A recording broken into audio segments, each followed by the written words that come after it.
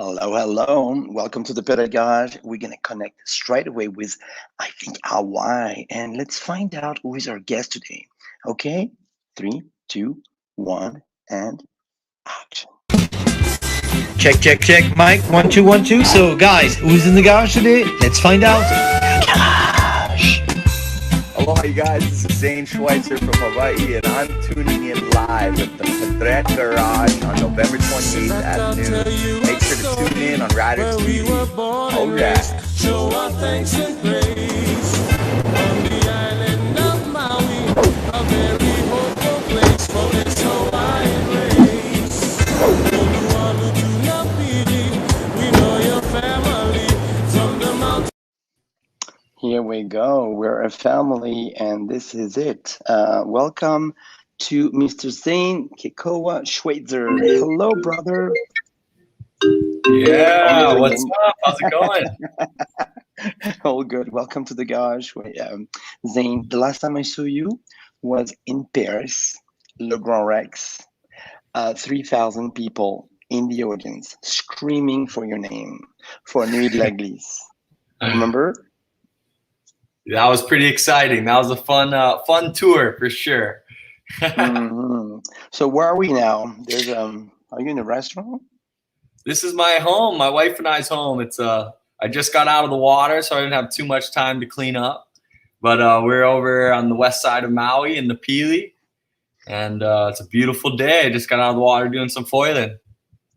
Here we go. Well, today we connect with Maui. I am in Nancy. It's snowing. It's like full white. We're in a complete different world, brother. But today we're going to talk about all what make you being a legend, such an ocean enthusiasm, and like, I mean, 2 times ultimate waterman, IWT Big Wave Champ, ISA World Champ, and another. When we met, you were writing that book. I believe it's still on. Yep, Beneath the Surface, my published book. Right here. Yeah, you got it. I got it. Right on today.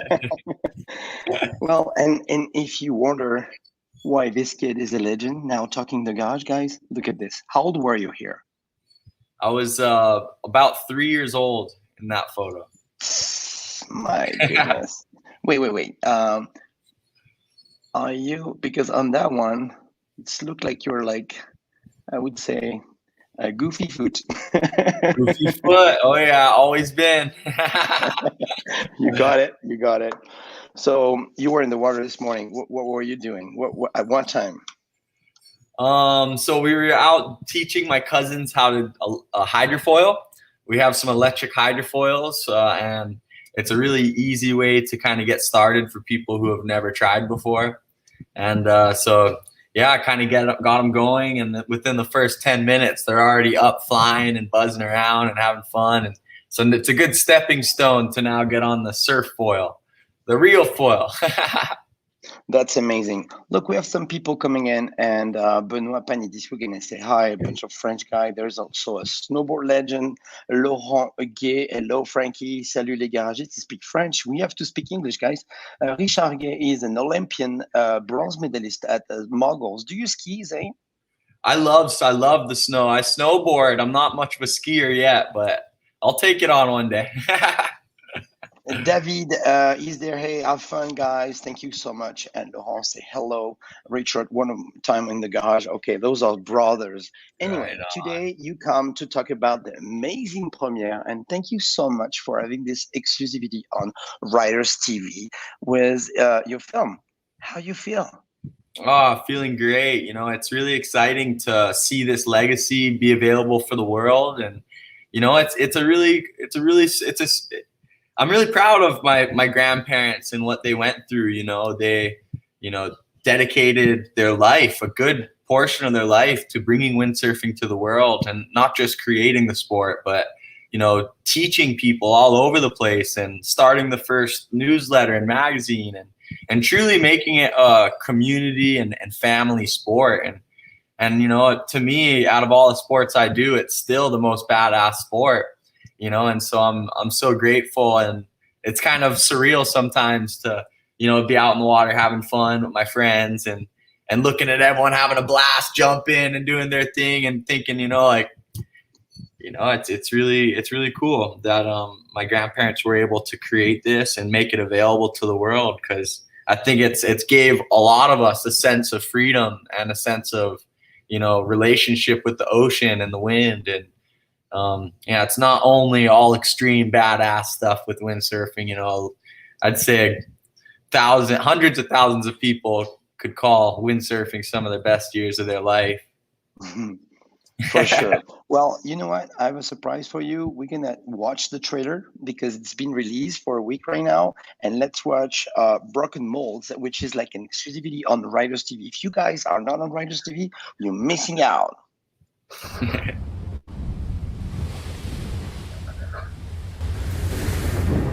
I think it's dangerous if someone says, I invented this, like they had some unique thought and they're the only person that ever had it. It's just what you do with the thought that separates you from the other people.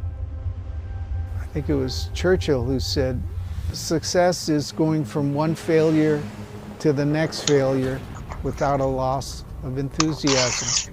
You just got to keep paddling, man. No matter what, keep paddling. Him putting foot straps on, using tiny boards, and whipping into 30-foot waves, it invented a new sport within surfing that changed everything that was possible at the time. And that all came from windsurfing. Most sports evolve, different people, myriad different solutions and sources. Not this one, not windsurfing. Windsurfing started because Hoyle Schweitzer had a business plan and he executed it for a decade and created a sport. Try and get it out of my grandfather a lot when we're having dinner. Like, when did you decide that we should ride the wind? And he would just tell me, well, we'd be sitting at the beach with shit for surfing and we wanted to keep having fun. Some people say, oh, that was just so easy for you guys. It just exploded, and isn't that wonderful? Well, just from the group of pioneers, 5 sports have exploded: towing, kiting, foiling, UP, and then winging. You could directly trace the roots and they go to windsurfers. Sure, you could trace the roots deeper and they go to surfing. Bad shit. This is all bad. And I was pissed off when the co-inventor of the sport, when he started doing these lawsuits and trying to hire people to get him back in. He didn't think it was going to work. Surfers are closed-minded. And so when windsurfing came, if you weren't open-minded, windsurfing was for kooks. They were richer than us. They had all 400 sponsors. Guys were making big money at it. It was 100% war with surfers and windsurfers. You know what?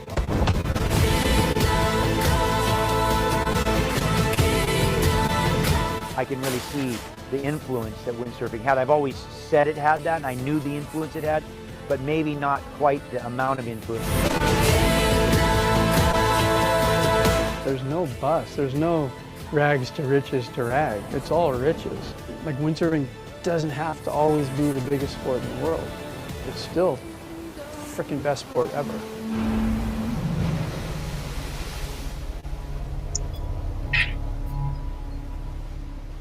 That still gets me super excited watching that. Oh my goodness. Did you hear that? This is the legacy of your family, your grandparents. I mean, a lot of drama back then. The history of windsurfing. I mean, you must be thrilled.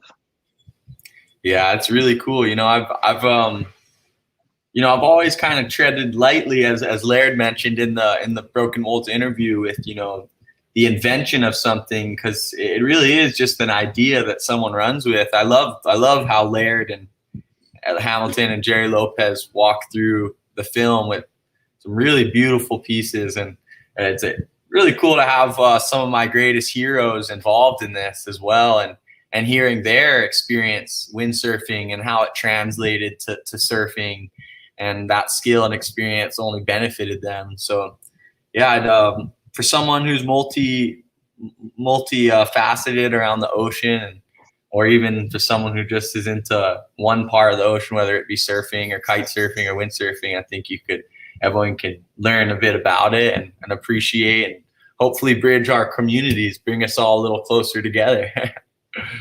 Look, somebody's on the chat with us.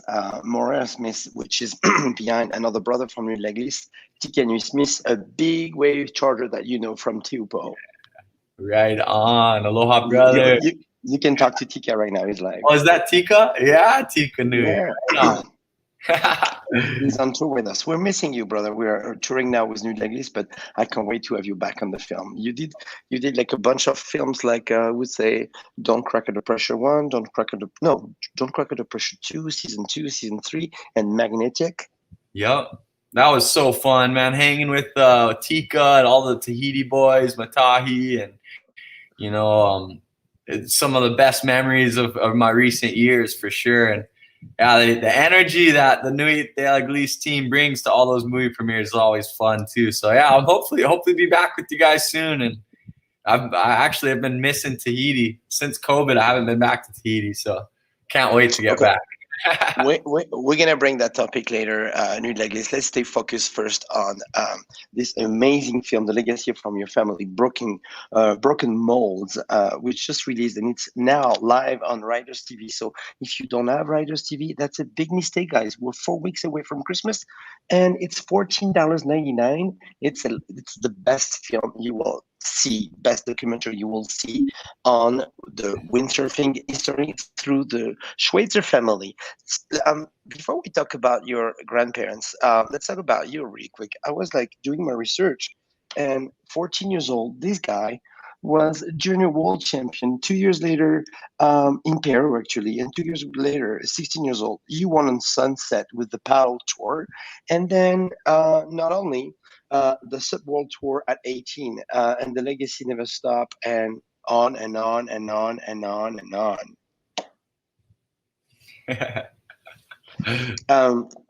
Zane, what time is it in Hawaii now?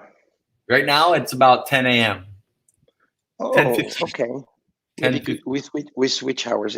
I am in France. It's 9 p.m. Usually I'm in California. It's only noon. But yeah, switch thing. So talking about this film, somebody asked, I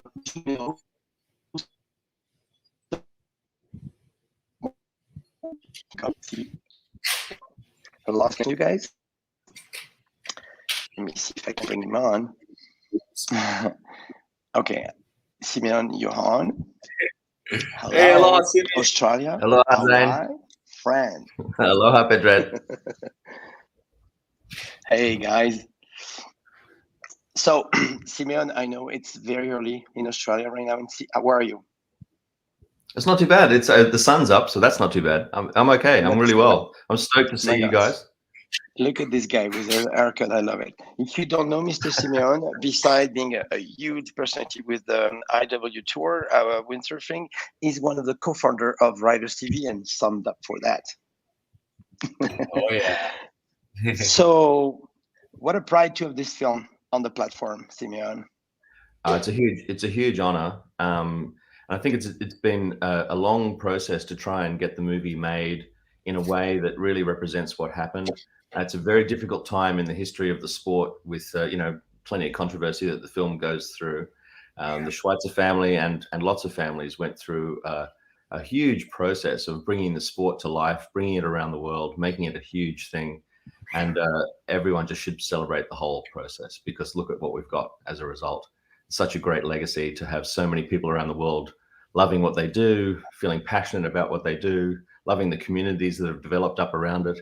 I just think it's an amazing evolution that so many people have been a part of. And now you see Zane sort of taking the legacy of that and just running with it. And Zane, it's a terrific thing being able to work with you, with your humility. The helmet is not too big. And I think it's great to see how all those things come together in people, and the way all that sort of spirit is shared. And it's a genuine aloha thing. I think that's really cool. How was the film? Sorry, you can answer to Simeon right away. Sorry. Oh, no, I was just saying that I appreciate that, Simeon. Mahalo. Got to live by the aloha spirit for sure. Yeah, exactly right. I think it's really cool watching, when a sport starts in a way, it evolves with that ethos. If it starts with an ethos of aggression, then it evolves with an ethos of aggression. But when a sport starts with aloha, with giving, then that's what you have. And I think that's more than the sport itself. I think that's the legacy that is the most rewarding part. Oh yeah. How was the film received, by the way? It just came out, and I think it's doing quite well. Yeah, it had a big premiere in Maui at the Maui Film Festival. There were 3 films on. One of them was about the great Duke. And it was just a wonderful way that the community was finally able, after a long period of COVID separation, was finally able to get everyone back together. It was the biggest gathering of people that I think anyone had seen for a long time. And it was out under the stars on the lawn at the Maui Arts and Cultural Center, the big screen, and everyone just sort of feeling connected for the first time in a very long time, and a movie that brought them all together. And it was a terrifically good atmosphere. I wasn't there. I was following the atmosphere through all my friends on social media who were launching it and everyone, but it just looked magical. I mean, truly magical. You know, beautiful white lawn seats out on the green grass and huge community, and it was what a night. And then it went, yeah. No, sorry, keep going. Well, then it went to Hood River and had a little premiere there. And then it went to a pretty solid premiere in New York, which sold out, which was pretty promising. And then it went, now it's live on for a limited time for a week on Writers TV, so that people around the world can get access to it. And people are accessing it a lot. So it's really nice to see. There's a lot of buzz around it. There's a lot of excitement. Look, Simon, you got a love message towards Writers TV and everything you do. Look, Jeannot from Chamonix said, thanks to Writers TV for the Pedal Garage. It's a great show, and it's super cool to see all those legends with their stories. And today we have Zane in the garage. Well, I'm just grateful to be able to stand on the shoulders of these legends and heroes that tell their story in the film Broken Molds. You know, I had a lot of great mentorship growing up because my dad and my mom were so tied into the surf, windsurf, and kite surf community. And so, you know, there's no doubt that I wouldn't be where I am without our community support and a little bit of that mentorship. And I think it's a big part of the film too, is hopefully it inspires more people to open up their mind to other ocean sports and diversify their passions around the natural environment of the ocean, you know, because even if it's not a perfect day for surfing, you know, as Jerry Lopez says pretty good in the film, you know, you could have the time of your life learning something new on the water, even if it doesn't involve, you know, perfect waves, you know, and so being on the water makes us feel good, right? That's exactly right.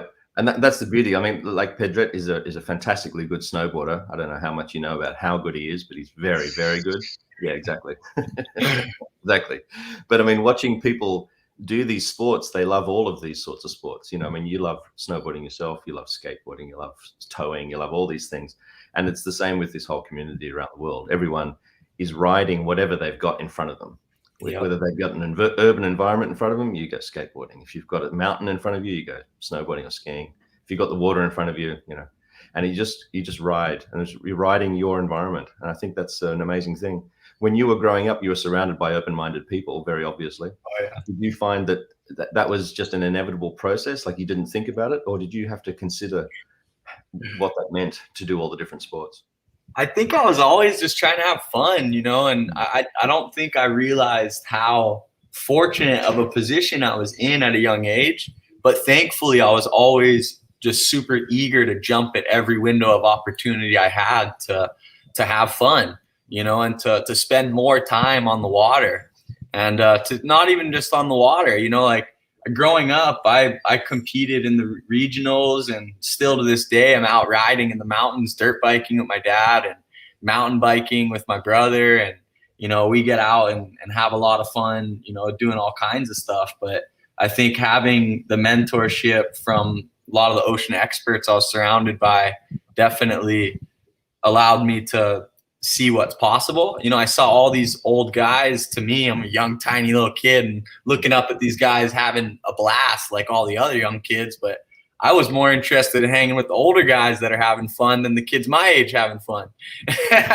And so my brother is pretty big part of that. You know, he's 5 years older, and I've always looked up to my brother and all of his best friends growing up. You know, they were the Hawaii's top surfers.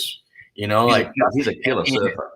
Yeah, my brother's a great surfer himself, and so I've always looked up to him and his friends like Dusty Payne and Granger Larson and Ian Walsh and all these guys. I just like admired them almost more than my dad's friends. So at a young age, I was always just chasing around my brother and all these guys that were already killing it in their young teenage years surfing. And you know, Laird told me, I remember one day though, you know, if you have, you know, one day you're gonna have to get out there. You know, you got Himalayas in your backyard. You're gonna climb it one day, and it kind of stuck. You know, like it's so true though. You know, when you have all of these lifetimes of experience of surrounding you in an environment that has conditions to better yourself each day, then you're eventually gonna ask what's next. You know, and then you're gonna achieve that and break down that barrier and ask yourself again, okay, what's next? And I think we're just really fortunate that the pioneers, like the Strapped crew, and like my grandparents and Jerry Lopez and the Grubby Clarks of our world of ocean sports, have paved the way for us to do it in a way that's not only bringing these sports to the highest level it's ever been at, but also in a way that we could do it somewhat, you know, safely and kind of start to understand the process and know like, okay, well, this is how the pros do it, and we could kind of replicate that. And so I think for the next generation of riders, we're going to see some pretty sick stuff, hopefully, because every sport, I mean, not even just ocean sports, snowboarding, skiing, mountain biking, everything's just being pushed to that next level, you know? And so it's really exciting to see, you know, my dad and grandpa were watching the film just a few days ago.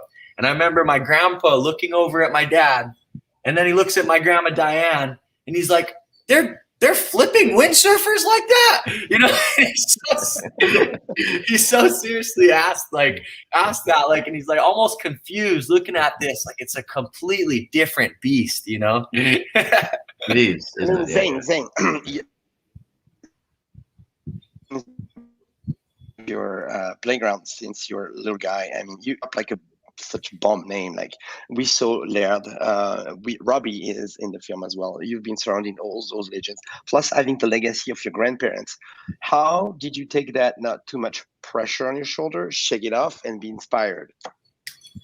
I think I'm very fortunate just with the way I am, that I don't overthink things too much. I like to kind of pick something up and just get immersed in it. And I really am always thinking about that present moment, just getting out and trying to make the most out of each moment. And I never really thought about being in the shadow of greatness or having to live up to a family legacy. If anything, I probably feel that more in my older years, like in the present day, than I did when I was really young. You know, nowadays there's all these comparisons we're looking at in social media, and why can't I be as successful as this athlete, and why can't I have the opportunity this guy had? But you know, really, it's not about that. We have to really look within ourselves and try and create our own opportunities. And I think when I was a young kid, I didn't feel that pressure. I just wanted to have fun and take each window of opportunity with the, you know, that came at me. And but, you know, my brother and sister, on the other hand, though, they didn't really take on windsurfing in their younger years.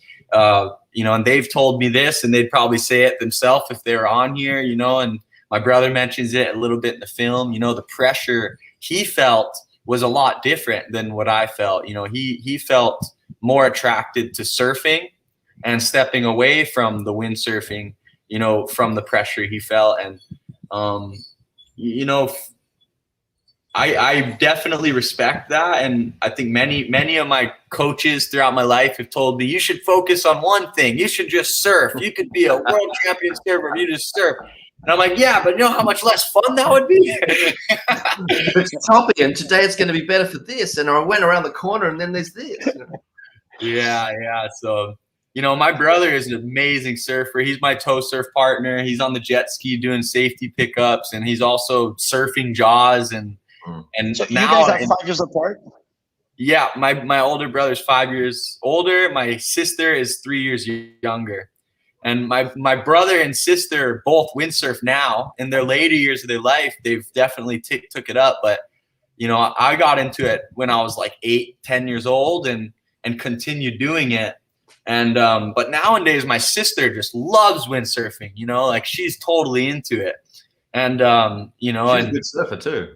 Oh yeah, great surfer. Yeah, my sister's. I'll brag about my siblings for a minute here. My sister's a three-time national champion for longboard surf, shortboard surf, and as well stand-up paddle surf. So she's a full water woman. And then my brother is, as I was saying, a great big wave surfer, but he's one of the standouts. If you surf Honolulu Bay, he's always out there getting great waves on the shortboard. And but lately he's good at the hustle, isn't he? Yeah, yep. He's definitely good with the hustle bustle for sure. And he's on the drone nowadays for all the big sport productions that come to Hawaii. And, you know, he does these whale series with National Geographic and all the big shows during whale season in Hawaii. And so he's also, you know, continuing his lifestyle with the drone, you know, doing a lot of being able to continue having fun with everything we do, you know, through that. I think some of the best footage that we've had from drones in a couple of the last movies have been from him. Yeah, a lot of people say he's one of the more better experienced drone photographers for extreme sports. Look, you're inspiring a lot of garages right now, and you have a question from Jano from Chamonix. He's an excellent snowboarder and shaper. He said, how old are you, Zane? Because you speak with a lot of consciousness, and I like your spirit. Hello. Mahalo, John. Appreciate it. I'm 28 years old. I just turned 28 in September. So I still feel like I'm 20 years old, though. But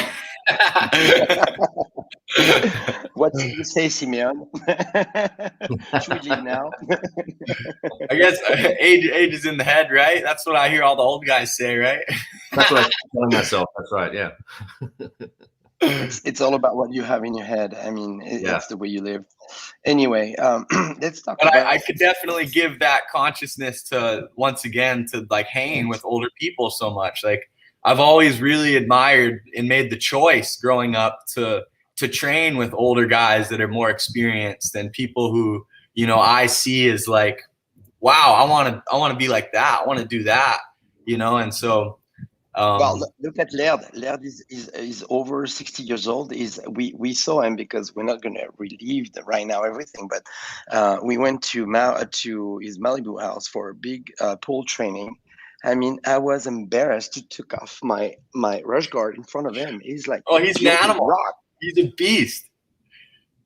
Yeah, and you got Waterman, and Waterwoman on each island of Hawaii that are out there every single day, regardless of their age. They're creeping into the 80s and they're still going out in their paddleboard, catching waves. And, you know, to me, that's more inspiring almost than seeing, you know, a top guy out there ripping. You know, for me, it's a lifestyle choice, you know, being on the water, utilizing it as a playground, a church, a place of refuge. It's something I don't just want to sprint race to and be my best for a short amount of time. Like this is something that I want to be like those guys on the water, stand up paddling every morning at 88 years old. Like that's cool to me. And, you know, I think the more you start to diversify your skill set in the ocean, you start to realize there's things that can still be very low impact once you get past the initial learning curve.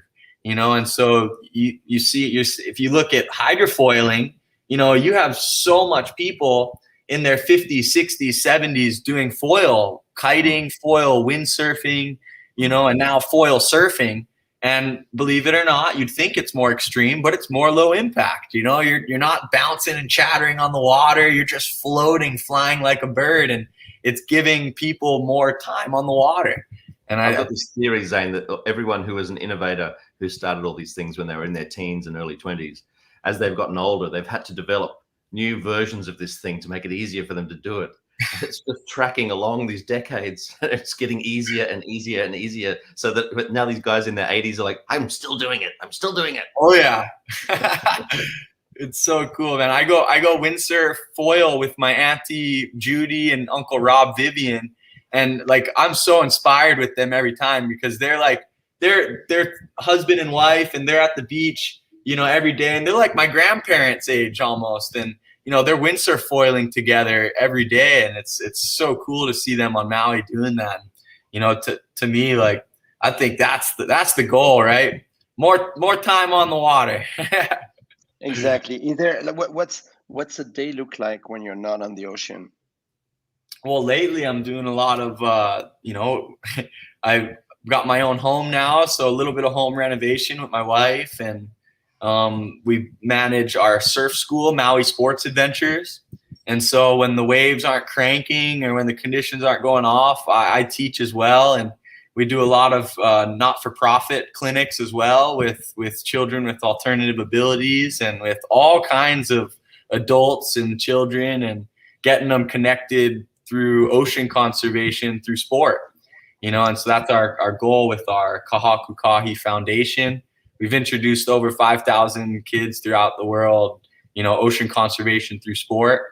And you know, it's so when I'm not pushing the limits myself, I'm always trying to share, you know, the joy the ocean could bring, you know, whether it's with our school, Maui Sports Adventures, and our Waterman and Waterwoman retreats that we host year round, or whether it's with our not-for-profit kids events. And through COVID, of course, it was a little bit of a mix-up of schedule. You know, I'm so used to traveling and competing most of the year, and when I'm home, being busy with, you know, all kinds of coaching and whatnot. But through COVID, it was kind of nice to take a step back and really just be home with family and focus on, you know, being healthy and kind of recharging up a little bit. And it was one of the highlights of my career, I think, was being home for the entire winter, the last 2 winters with COVID, you know, and just not being out and about, but being home for the whole season was really special. And I got some of the best friends in my life at Keahi surfing, so I was just had a blast, and windsurfing as well. And I remember you saying when you won the Big Wave Award that it probably wouldn't have happened if it hadn't been for COVID. So in a weird way, it just stay out.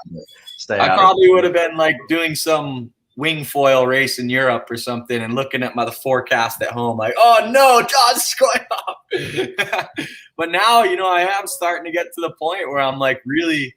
You know, because of COVID, in many ways, it kind of opened my eyes to what's possible. I could still manage my career and juggle, you know, everything else I'm doing and still be home, because to me, it's the best place to train, to practice what I'm doing. And honestly, I do want to focus a lot more on big wave, you know, moving forward. So being home is the best place to be, and being available to chase swell is cool too. So I'm really excited for the next few years to come here. I'm going to kind of take a little bit of a step back from like full on competition mode and focus on chasing big wave surf. Nice. Well, let me refresh the guys for all the people just coming and joining right now. We're with Zane Schweitzer, like, let's say, most likely ocean enthusiast, 2 times ultimate waterman. We're talking about Broken Mold. The new movie, the new film is being like only on exclusivity for $14.99. It's insane. And I wanted them to see one more time the trailer. Yeah.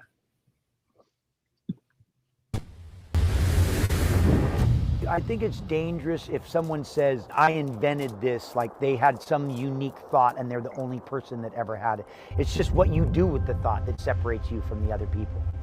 I think it was Churchill who said, success is going from one failure to the next failure without a loss of enthusiasm.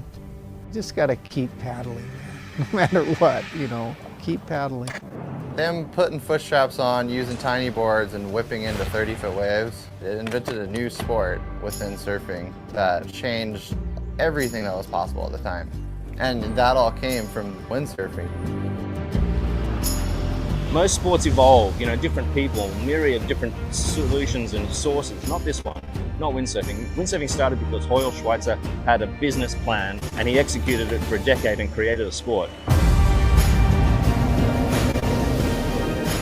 I try and get it out of my grandfather a lot when we're having dinner. Like, when did you decide that we should ride the wind, you know, and he would just tell me, well, we'd be sitting at the beach with shit for surfing and we wanted to keep having fun. Some people say, oh, that was just so easy for you guys. It just exploded, and isn't that wonderful? Well, it didn't just explode. It took years of hard work. From the group of pioneers, 5 sports have exploded: towing, kiting, foiling, SUP, and now winging. You could directly trace the roots and they go to windsurfers. Sure, you could trace the roots deeper and they'd go to surfing. Bad shit. This is all bad. And I was pissed off when the co-inventor of the sport, when he started doing these lawsuits and trying to hire people to get him back in. He didn't think it was going to work. Surfers are closed-minded. And so when windsurfing came, if you weren't open-minded, windsurfing was for kooks. They were richer than us. They had all 400 sponsors. Guys were making big money at it. It was 100% war with surfers and windsurfers. You know what?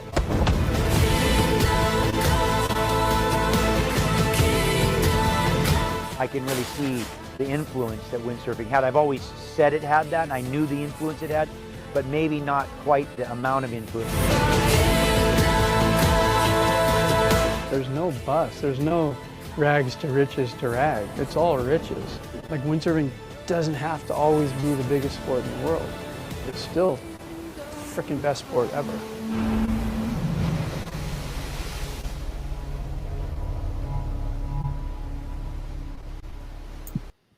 Woo!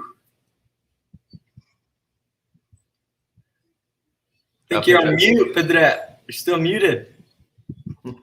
Oh my gosh. Well, I was saying, Broken Molds, it's an insane documentary on your family and all the legacy and all the drama behind it. I want to say it's a big shout out to Johnny DeCesare, Poor Boys Production, who's on board with us. Yeah, and dude. Simeon, we saw you on the trailer. I know you're, as being the director of the IWT, you're such a windsurfing enthusiast.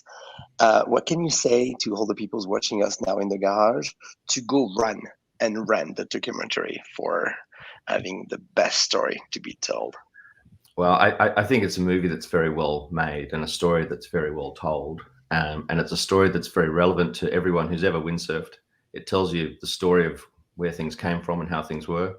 And it's available on Riders TV. You can, I think, for $14.99. It's a world premiere online price, which is a pretty good deal, seeing as you don't have to travel to a festival in Maui or some theater in New York or something like that.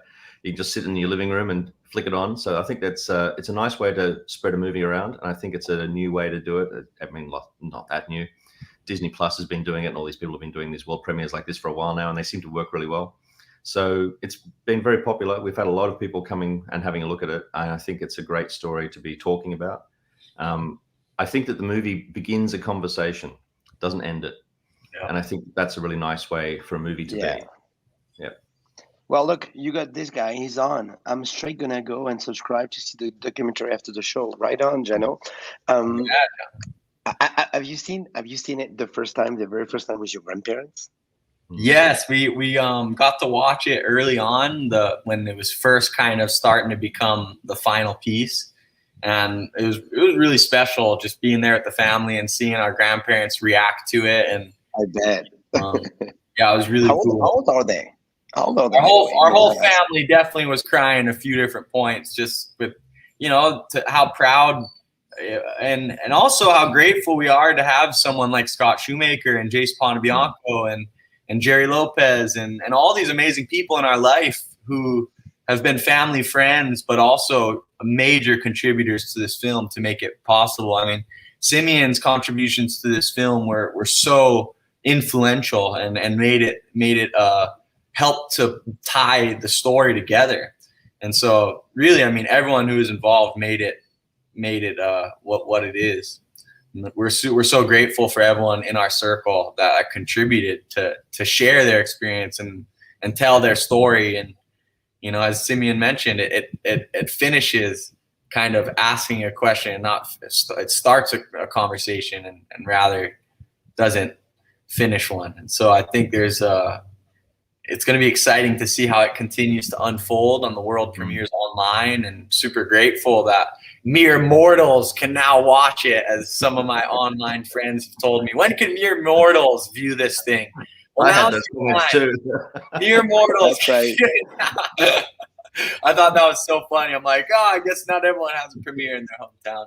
So yeah, it's a good time to watch it and check it out. And it's sometimes nicer being in the comfort of your own home with the family and everything, especially through COVID. So I think that you're saying that it's wonderful to have so many people in your life and in your family network who have contributed to this film. But I got to tell you, everyone is so grateful to be able to contribute to this story, to have a story to contribute to. If it weren't for windsurfing, most of us wouldn't have met one another. Most of us wouldn't have lived the lives that we've lived. So everyone is feeling like they really want to say thank you to everyone who was involved in the creation of the sport. The Schweitzer family very much in particular, but there are a lot of people involved. I mean, there's a wonderful story in there about after years of building it up as a sport, some big European wealthy people bought and distributed 1,000 of the boards for free across Europe. You know, thank you to those three guys. I mean, they were the scions of some of the wealthiest families in Europe, but boy, that really gave it a boost as well. So there are so many people along the way who've been a part of it. And the film honors Jim Drake is the other sort of guy, and we love Jim. We all do, and that's fantastic. And all the people who belong to the Drake family for sure. Yeah, very big mahalo for their contribution to everything. And hopefully this is a chance to again start a conversation around that, which is full of gratitude. Yes. And I think that I mean, Zane, who's missing in that documentary? Who's missing? We saw the name from Jerry Lopez to Laird to Robbie to your grandparents to all those legends. I have another one right there.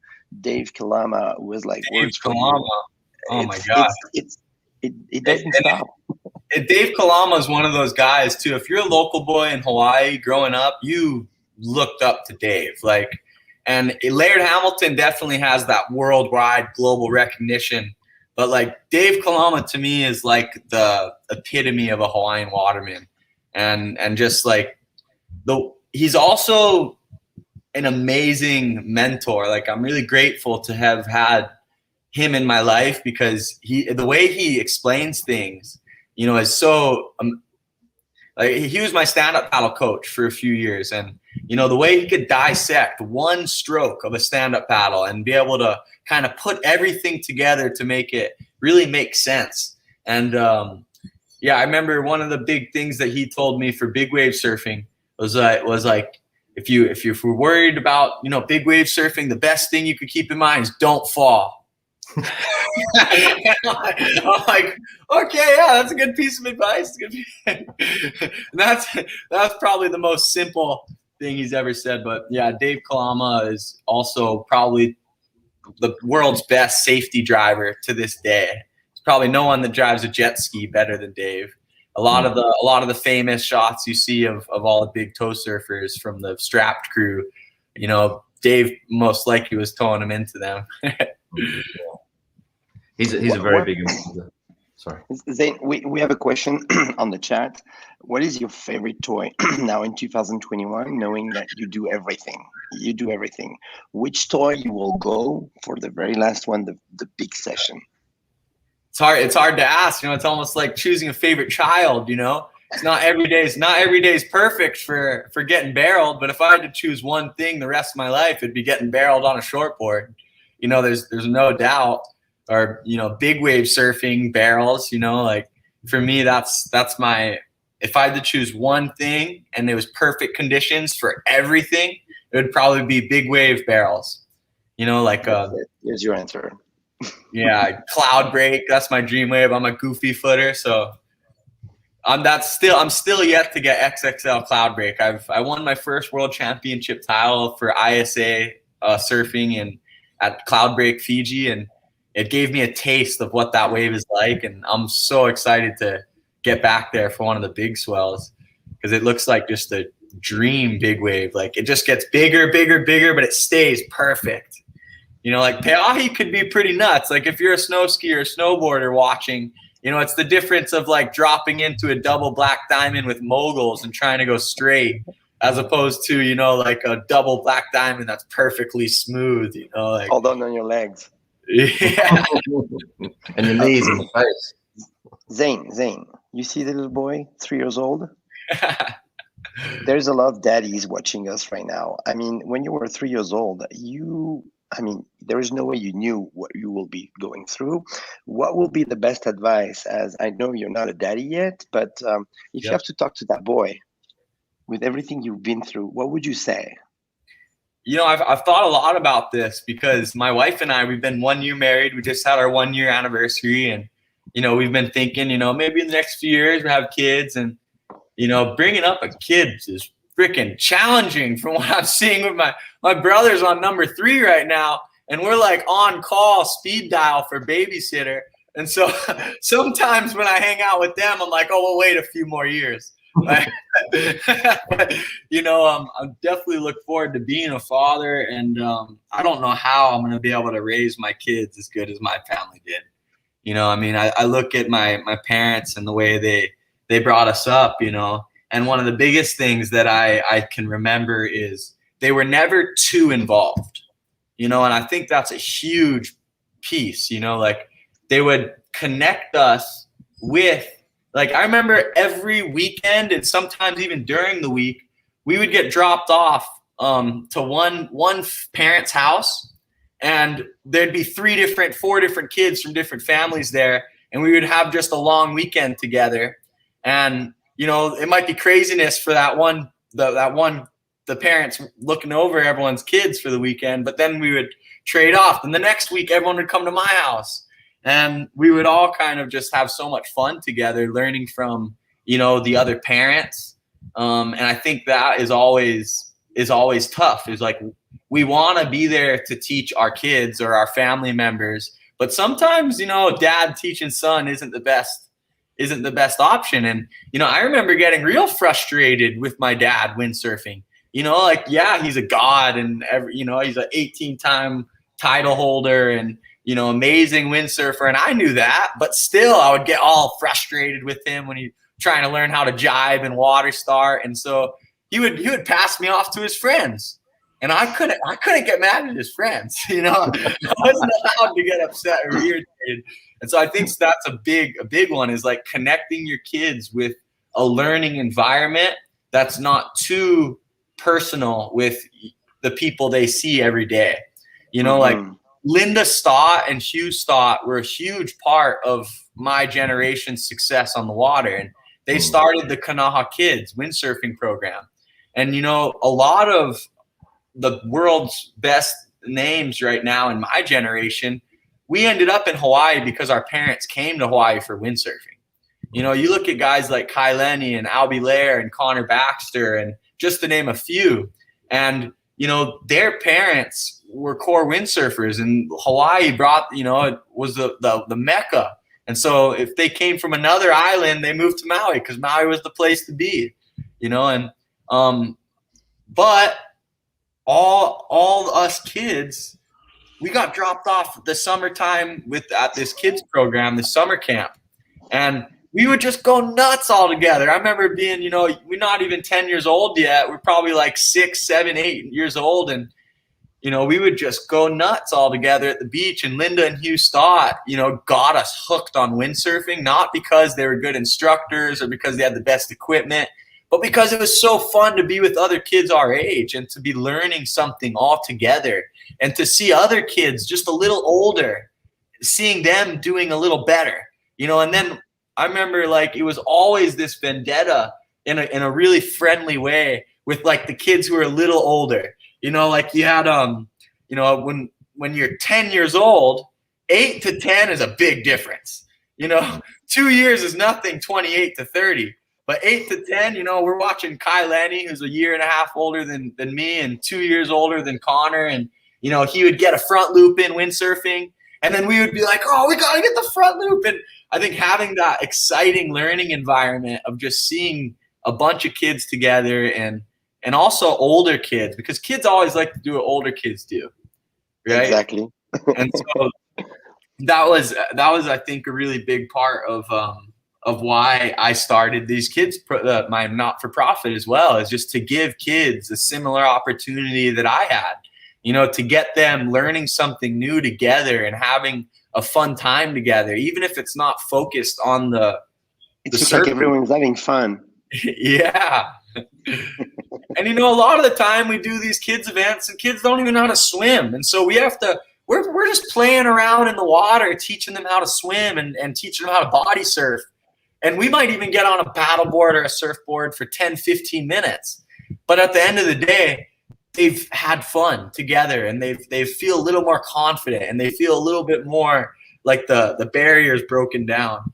And, you know, it's crazy how you throw a parent and a kid together and they're all shy and timid and whatever. But you throw two kids together in the shore break and they're going to be rolling around and having fun and laughing. And, you know, it's funny how that works. And I think I still try and do that hanging with older athletes and people that I see as people that I want to be like, you know. And I don't know if your wife is listening, if she's around you, but I think Simona and I will agree that you're going to be like an awesome daddy. Whatever you just said, it makes so much sense to me. I'm a dad of two, and you, as the name, as you have, plus the legacy you have, putting no pressure on your future child, the Almighty is listening right now. I think make the passion built in like your parents did and grow it and just having fun, number one, and no pressure. There's so much dad, like they want their kids to be champion. Forget that. Let them grow and play. Yeah, my mom and dad never pressured me much. I mean, my mom was a little bit more encouraging, let's say, than my dad was. Like my dad just wanted me to have fun and be a good person and be a good sport.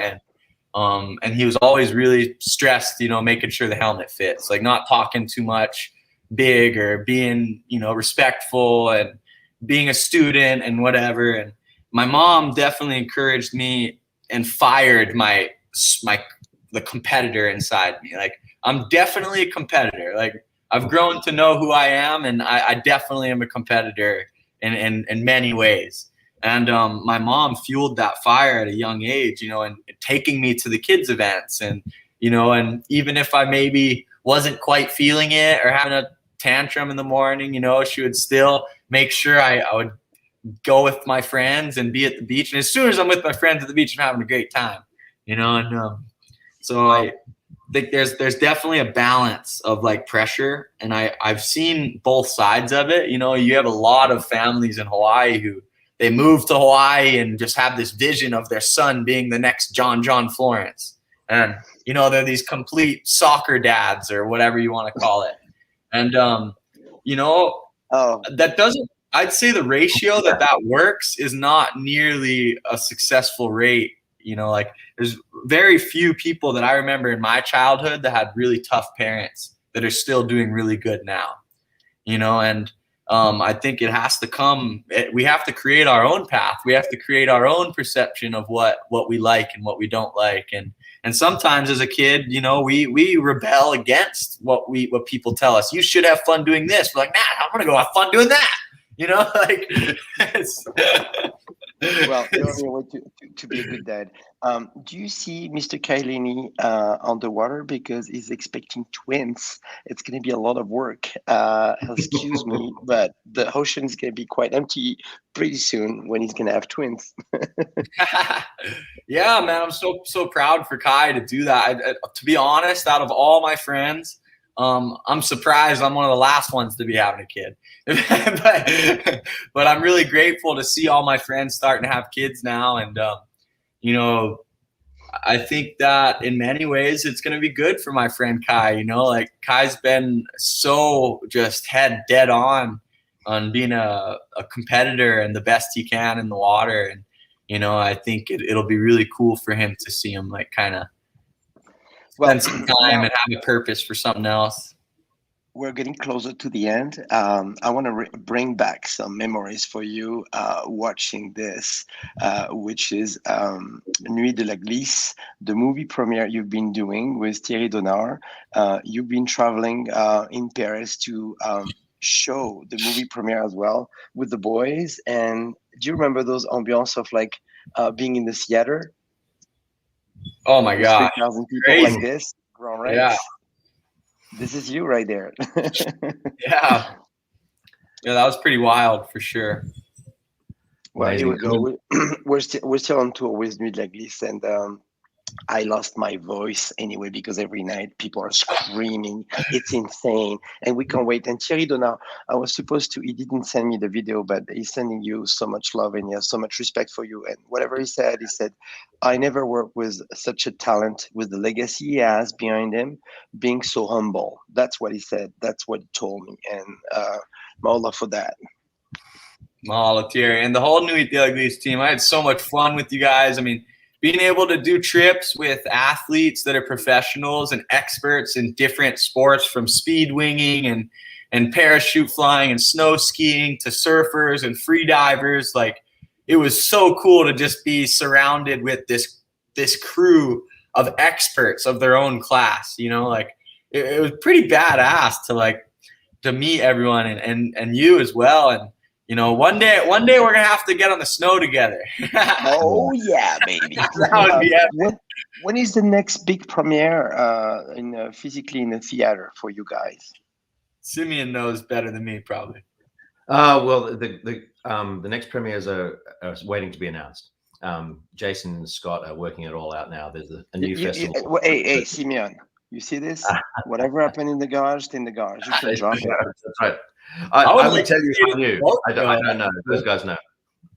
I think it'd be cool to see it at the boat show in Europe, in Dusseldorf. That'd be rad. Ooh, maybe we could make it's that right now. a little last minute, but it's this week. Is it this week? Next week, actually. No, wait. I thought it was January. And regardless, it's probably too soon to plan it, but yeah. I'm sure the guys are talking to everyone about that. I agree that would be a fantastic place to do it. Okay, talking about snowboarding and stuff like that, we have a few games to do, and I'm gonna talk to you and show you this commercial. It's about like a pack talk we're gonna make when we're like 4 weeks away from Christmas. And Riders TV, you see Santa is right there. Right. Oh, sorry, right there. Simeon, I'm gonna transform into Santa, and we have a lot of presents with like such a Tony Hawk's board, skateboard. Do you skate, Zane? Right? Do you? yeah, I do a bit of like carving. I don't like to do too much crazy stuff on the skateboard because don't want to miss time on the water with the broken wrist. But concrete, right? Exactly. Concrete. So we have Tony Hawk skateboard. We have a lot of stuff. We have like also this, and let's watch this. It's freaking fun. Hey, something's missing, huh? What?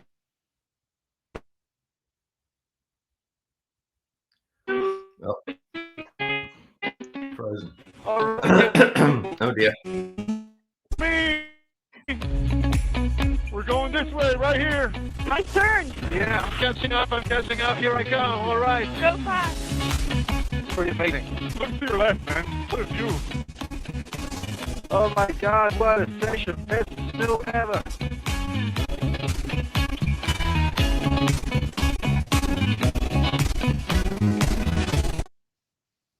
Here we go. Zane is back right now. So this is Cardo Snow, and this is a technology. It's just insane. It's like a microphone that you put on your helmet, and you can trash talk people when you ride. How about that? You can get your calls. You can listen to music.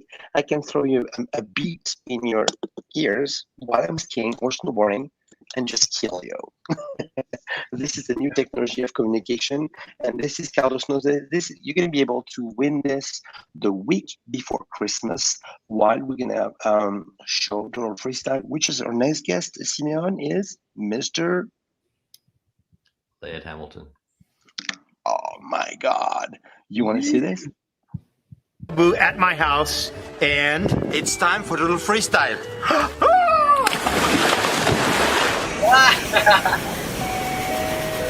Hey, Laird. How's it going? Good. Welcome. I'm glad you got your clothes on. Yeah, but what the heck is this? That's for the drinks. That's for you. That's for the drink. This is Laird Hamilton, messieurs dames, the most iconic surfer in the entire world, big wave surfing. So today we have a program for me. First of all, you're going to become a cold beverage.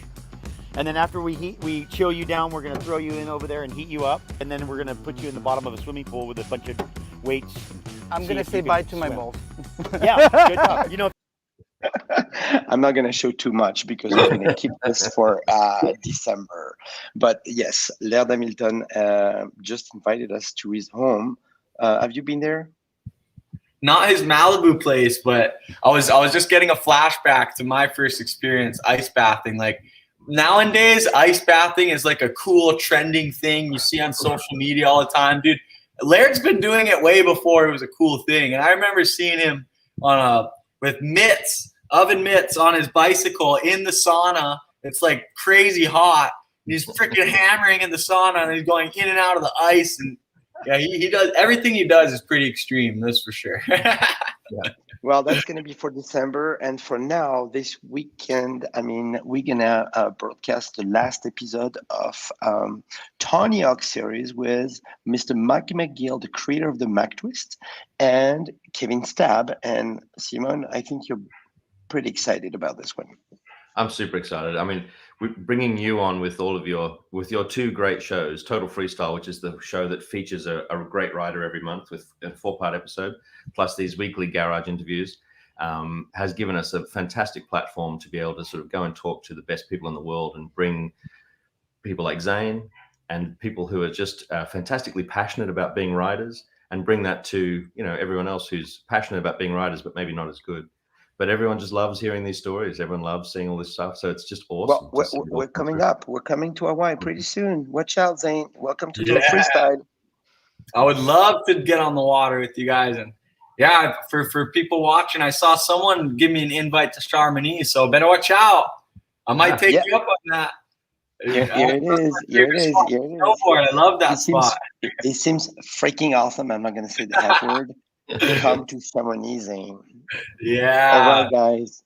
You guys too. Well, come visit us at Maui Sports Adventures. We got our bungalows on our family farm, and we'll get world-class watermen taking you out for whatever you want to do on the water. And most likely I'll be there teaching you if the waves aren't completely huge. It's been an hour now. It's almost time to close the garage. I can't wait to go see can I have a code, Simeon? See on Riders TV. No. I'm going to see this tomorrow. This is going to be on my tour to go to Grenoble. I'm going to watch this. So don't forget to subscribe to Riders TV. Go for it. This is your room. This is the Riders for the Riders by the Riders. And this is your new playground, your new den, your new place to chat and talk with legends and be with us and share it. Okay, guys. Maolo, Maruru, thank you. Thanks, Pedret. Thanks, Zane. Merci and Zane, beaucoup. congratulations again on the movie. Something cool. Thank you, Simeon. Thank you, Pedret. Really appreciate it. I think it's dangerous if someone says, I invented this, like they had some unique thought and they're the only person that ever had it. It's just what you do with the thought that separates you from the other people. I think it was Churchill who said, success is going from one failure to the next failure without a loss of enthusiasm. You just got to keep paddling, man. No matter what, keep paddling. Them putting foot straps on, using tiny boards, and whipping into 30-foot waves, it invented a new sport within surfing that changed everything that was possible at the time. And that all came from windsurfing.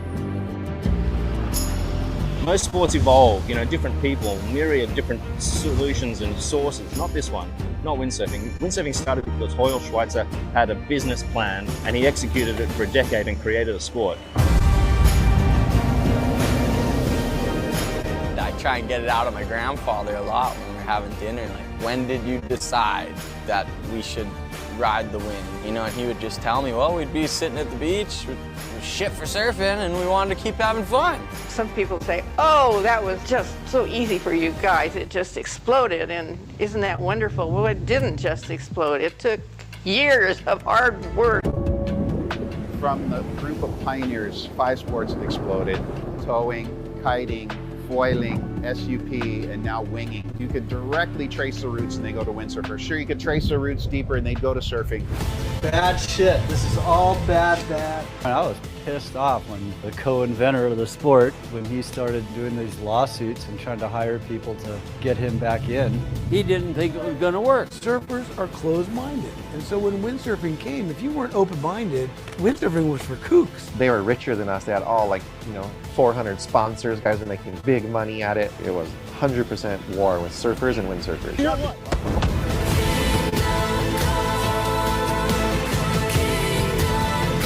I can really see the influence that windsurfing had. I've always said it had that, and I knew the influence it had, but maybe not quite the amount of influence.